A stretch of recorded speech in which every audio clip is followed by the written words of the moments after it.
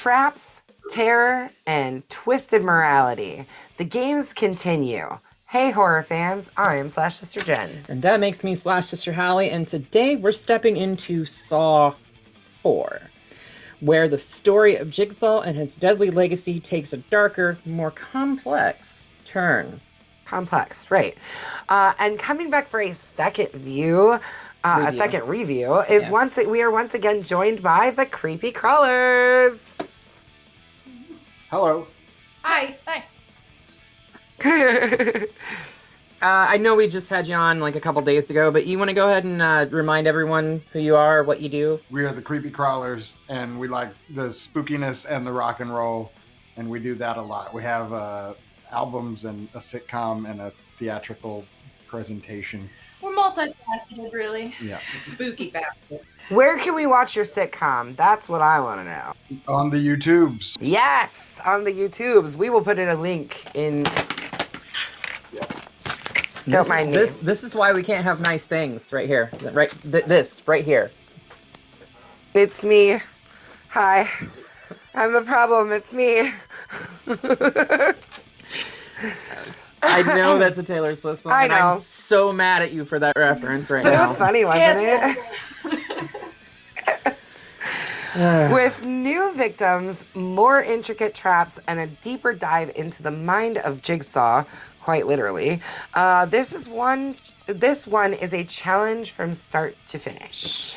And before we dissect the terror, don't forget to slash that subscribe button, stab that like button, and ring that grave bell so you can get notified on all the fun things that we have going on right here. Yes, so get ready to test your nerves because nothing in this game is safe. It's time to cut into Saw 4. We start our film with an autopsy of the Jigsaw killer, which reveals a wax-coated microcassette tape in his stomach. Ah, we remember that from the last time. Yeah, in the last movie, he was pouring the wax off. Yeah. And Detective Mark Hoffman is called in to listen to it. The tape promises him the games have just begun. In a mausoleum, a man named Trevor and a lawyer named Art Blank are chained to a large device. Yeah, boy, are they. Yeah. One has their mouth sewn shut, the other one has their eyes sewn shut. Hey, quit stealing their lines. Yeah, that's my line. But that does make communication between them impossible. Yes. I mean, could you imagine? I want to say if you watched the last episode that we did on Nightmare on Elm Street, we talked about the opening scene being the best scene, that it was probably how they sold the concept of the movie. Yeah, this would be a good way to sell a concept for a film right here, too. What a great Saw intro this is, I thought to myself. I would agree with that. When the device begins pulling them together, like basically reeling them in, they panic, and Art eventually kills Trevor in order to retrieve the key that is hanging from his collar, which allows him to get out. Right. Meanwhile, the police discover the remains of Detective Allison Carey. Hoffman cautions Officer Daniel Rigg for barging through an unsecured door in an attempt to save Carey's life. This is a reoccurring theme that we see throughout this film with him. With Rigg, yeah. He tends to just run right in and hope for the best, when that's really not a good idea when you're dealing with Jigsaw. Hoffman is introduced to FBI agents Peter, how would you pronounce it? Strom, whichever you want to choose, and Lindsay Perez, who deduced that Amanda, Jigsaw's apprentice, would have needed assistance with Carey's death, indicating that there is another apprentice. Yeah. I mean, it's pretty obvious that Amanda, they even say, like, Amanda weighs 105 pounds. Detective Carey weighed 140 or something like that. Yeah. So, like, there's just no way for her to have done this. And I think one of the other officers was like, I don't know, police system, Jigsaw's pretty, Yeah, Hoffman was the one saying that. Yeah, I know. He's trying to throw the scent elsewhere. So that evening, Rigg and Hoffman are kidnapped. Rig isn't really kidnapped. Rig No. wakes up in his own apartment. Hoffman is kidnapped. Rig wakes up in his own apartment and is told that Detective Eric Matthews is in fact still alive. So, Eric Matthews was in 2. In the end of 2, he gets locked into the bathroom. Amanda comes back for him in 3, and he gets out of the bathroom By shattering his own goddamn ankle. Is it the same Eric Matthews from Boy Meets World? That's what I want to know. So he then meets Amanda in the hallways outside of said bathroom, and then he is then kidnapped again, or taken from. He doesn't ever get out of there. No, so somebody comes back for him, Yes. is what we're led to believe, because Yes. Amanda does leave him in the hallway to effectively die, which Right. obviously he does not. Right. So Matthews is in fact still alive, and Rig is given 90 minutes to save himself. He is then given the first test, where he finds a sex trafficker named Brenda strapped to a device that scalps her. I would like to know if this is scientifically possible. I mean, hair is very, very strong. So, Hairstylist. Yeah, we have a hairstylist on the panel here. yeah, so hairstylist on the panel, is this scientifically possible? Yes and no. You can deglove a scalp by pulling the hair, but doing it that slow would just suck. If you did, it wouldn't actually tear your hair. You would have to do blood force, like it would have to be like it ripped out all at once, and then it would just tear it from you. You could potentially get a hair, but it was dramatized for theatrical reasons. Right. It was in the script. It was in the script, exactly. But, he does rescue her, though. Although he is warned not to, the Brenda later attempts to stab Rig. Rig subdues her and learns that Brenda was told that Rig was there to arrest her for her crimes. Yeah. Yeah, he saves her and then she goes, "Why you do that?" How dare you? Ha!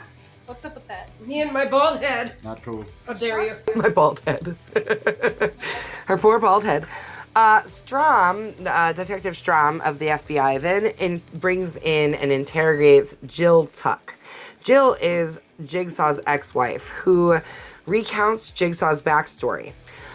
She was once pregnant with a baby boy named Gideon, but suffered a miscarriage when Cecil, a drug addict who she worked at a clinic. Right. He robbed the clinic where she was employed, and accidentally slammed a door into her belly, effectively killing the baby. Yeah, I'd say accidentally, I guess. Yeah. Oh yeah. He didn't do it on purpose.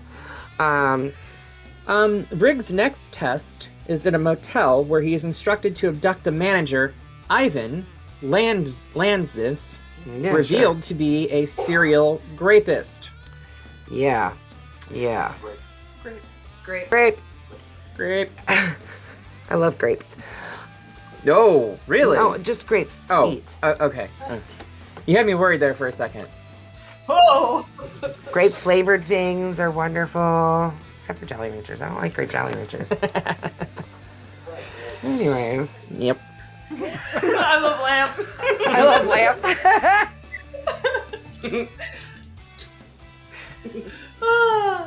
Alright, somebody on your side is up on the next line. Anchored by seeing the videos of Ivan's exploits, Rig forces Ivan into a prearranged trap which forces him to gouge out his eyes. He fails to do it in time, and the trap dismembers him. Quite literally, like, rips his legs off and shit. Arms, legs. He was drawn and quartered. Drawn and quartered. Yeah, but Ivan's exploits were horrible, and he kind of like low key. I wasn't That was mad the about one that. where didn't he have the thing to get his eye? That shit. I'm not saying he didn't. Oh, sorry. Darn. Chucky darn.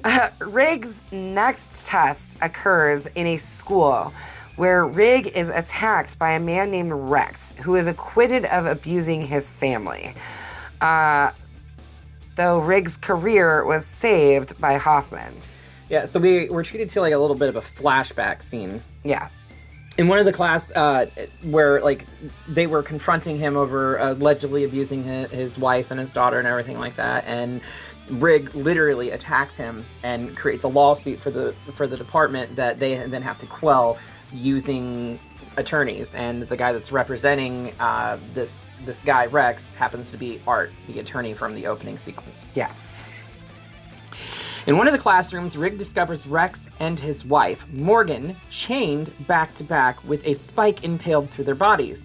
Morgan has removed every spike but one, killing Rex and leaving herself barely alive. Yeah, so whoever set this trap up, put the spears through her body in places that she would survive, but specifically through his body in places that would kill him. Only if they were removed. If they were removed, right. So she starts removing them, one, to save her own life and get away from him. She probably wanted to kill that motherfucker for a long time anyways, so I would take that opportunity to kill the asshole. Well, I mean, you just got out of an abusive relationship anyway. I think anybody in an abusive relationship would take the opportunity to kill that asshole. I'm not saying they wouldn't. You know, I'm just... But yes, I did just get out of an abusive relationship, and I would take the opportunity to kill that asshole. Okay, you've made your point very well known. Thank you. Rigg removes the final spike and gives Morgan the key to free herself from her restraints, then pulls a fire alarm and leaves. Yeah. Yep. I mean, she actually, she gets to live. Good for her. Strom and Perez arrive on the scene where it is learned that all of the see, it's not just you guys. Apparently, I can't talk either. We can't stop. I have trouble with words. Words are hard. Words are hard. My favorite color Band-Aid. Let me try this one again.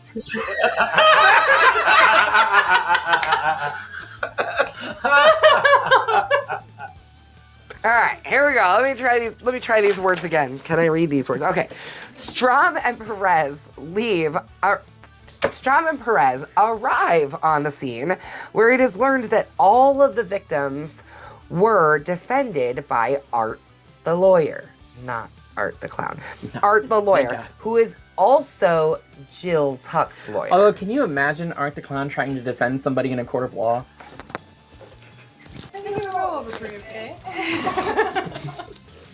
I see a lot of horn honking in that scene. Absolutely.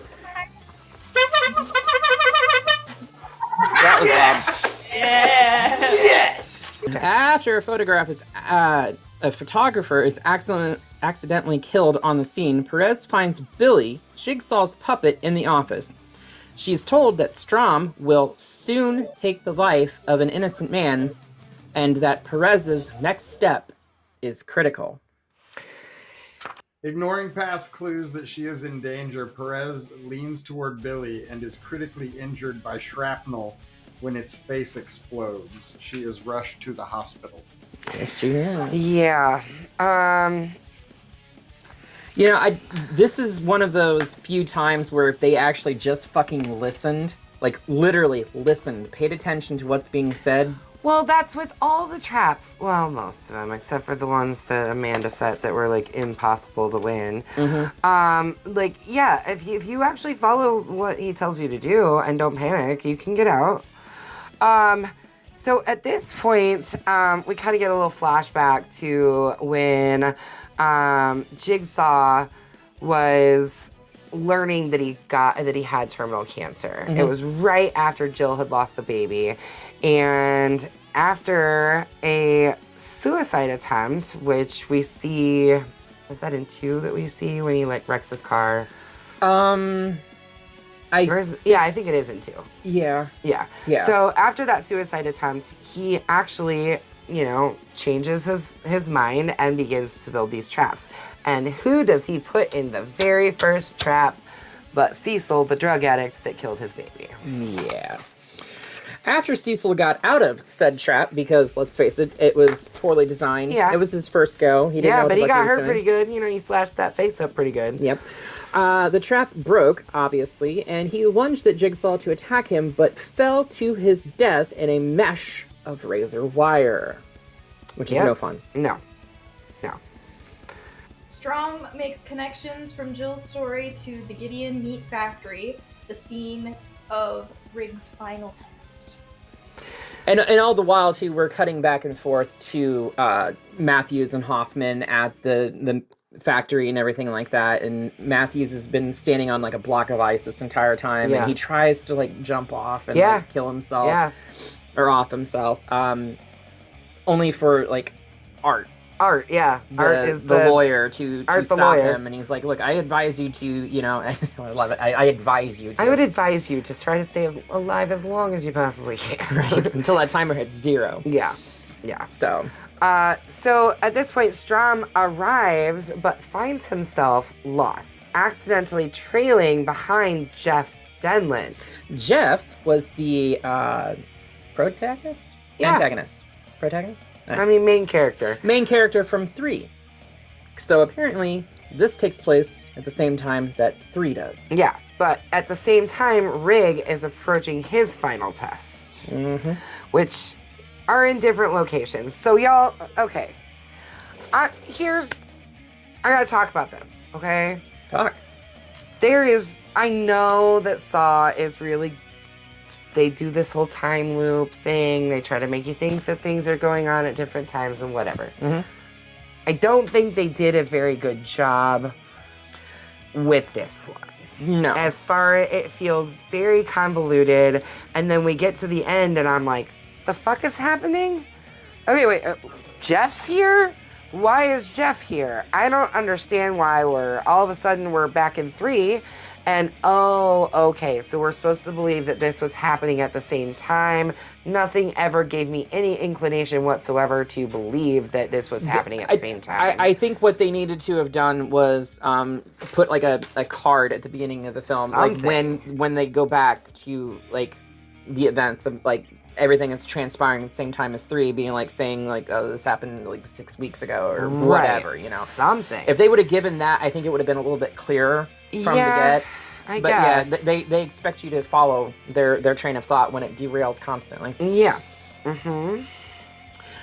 In the next room, Art, Matthews, and Hoffman, it is revealed earlier that if the door was open before Riggs' timer expired, Matthews' head would be crushed between 2 blocks of ice, and Hoffman would be electrocuted by a complex device that had to be tilted with water to drop him down into the buzzer, so to speak. Yeah.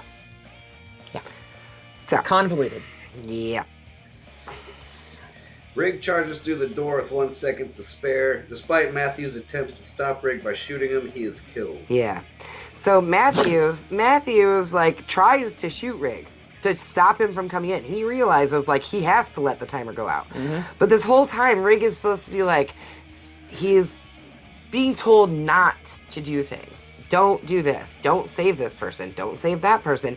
And every time he does, it ends up going badly. And he just doesn't learn his fucking lesson. No, he does and not. And now, the one person that he's really been trying to save is Matthews. And because he can't wait, and he thinks he's supposed to beat the timer, not wait for the timer. Because he even says, I had 1 second left. I had 1 second left.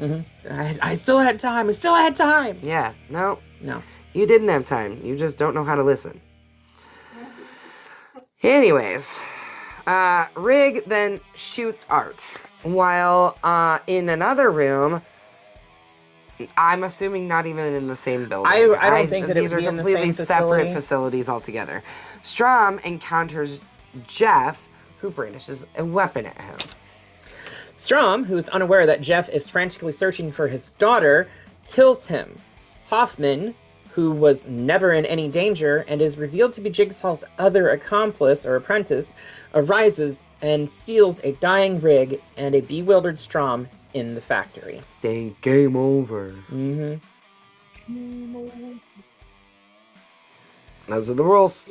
These games are These games are revealed to have taken place before Jigsaw's autopsy, and Hoffman is warned via the microcassette that he can expect to face a test of his own. Yeah, there's also a scene that we didn't talk about in this where it's shown that the envelope that Amanda picks up from 3 was put there by Hoffman.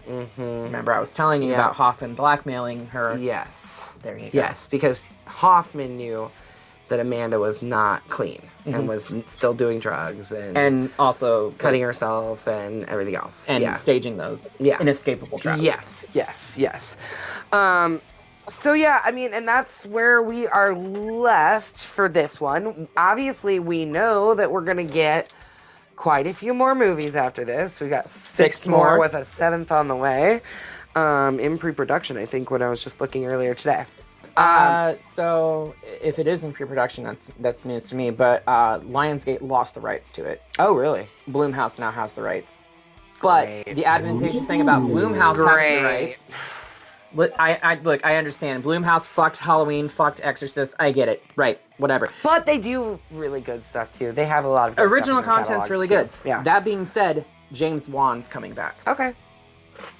So you have the originator of the Saw franchise itself coming back to either oversee it or be like direct hands-on executive producer over it and everything. So I'm excited to see where it could go. Yeah. But I'm cautiously optimistic at the same time because Blumhouse has mishandled 2 intellectual properties that I absolutely love. Yeah, I think Blumhouse does a lot of really interesting original content, but I don't like what they've been doing when they step into a franchise. Well, specifically if they hire David Gordon Green to direct said film.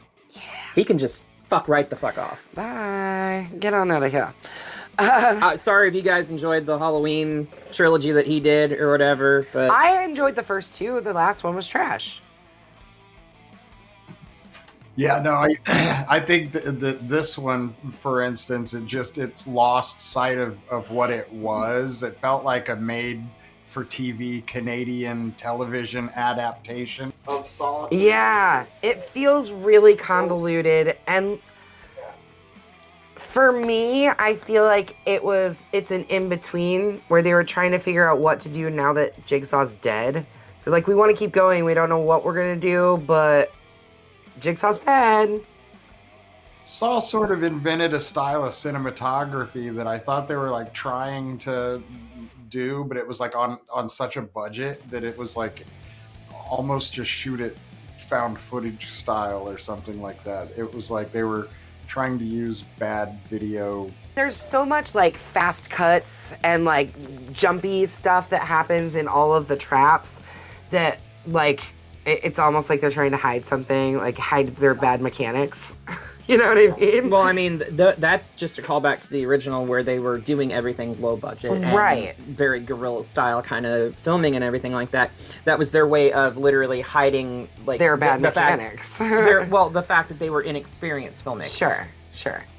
So, I mean, ultimately, I enjoyed the interweaving of like the story with 3 and everything like that, and how like the vast majority of the film is taking place at the same time 3 is, because by the time that the reveal hit at the end of the film, your jaw's on the floor like, what the fuck? I don't know. My jaw was on the floor going, wait, what? Why the fuck?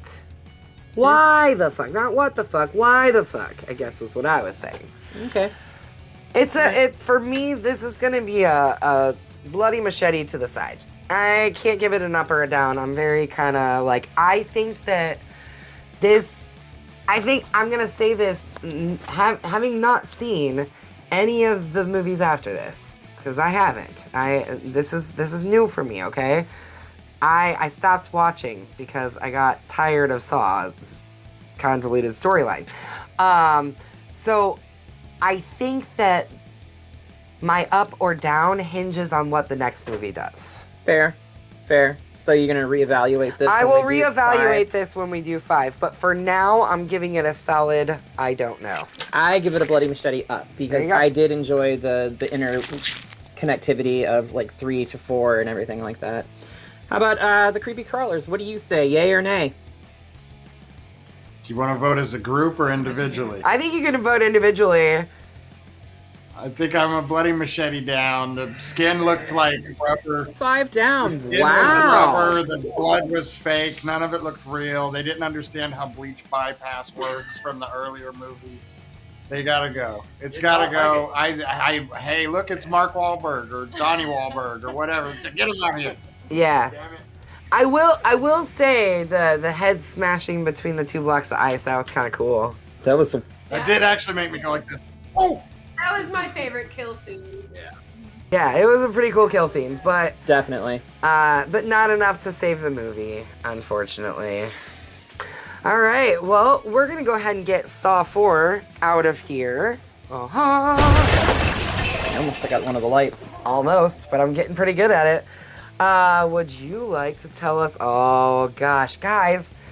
All right, we're getting to the end of October. So, for those of you that have not been paying attention, every spooky season we always do a little treat for our slashaholic / hole fans out there, where we give you bonus videos for like about We're 6 giving weeks. you two a week for about 6 weeks, all of spooky season. Like the first year we did it, we did the Universal movie monsters. Last year we did all of the Halloween franchise, except for Rob Zombie's Halloween remakes. So that's what we're gonna do for a Halloween treat for the end of October. We're gonna finish out officially, finally finish completely the Halloween franchise in total. So yes, we come are. back with us next week on Wednesday, where we will be jumping into Halloween from 2007, right? Yep. This is 2007, Yep. and then 2 is 2009. Okay. So jump back with us next week. Make sure you watch this. I mean, I know a lot of people have issues with the Rob Zombie remakes, but give them another try. So- give them a good old college try. Do it for me. I think what the vast majority of fans don't realize is that Rob Zombie was given carte blanche to Yes. do whatever the fuck he wanted to do Yep. with Halloween. Yep. He could make any story he wanted to and call it Halloween. He honored John Carpenter as much as he could by adapting the source material into what he did. Yes. So, Yes. So come back next week. We're gonna break it down and talk about these movies. We're gonna do both of them next week. 2 separate videos, but we're but gonna start until with this then, one. make sure you slash that subscribe button Stab that like button. and ring-a-ling that grave bell so you don't get lost in the mix and can stay up to date on everything we're doing on the Tube of You. And be sure to go and follow the Creepy Crawlers with their exploits on the Tube of You as well. Yes, we'll be linking their sitcom down in our links. So make sure you watch that too. And until next time, we will see you all In the afterlife. Yeah.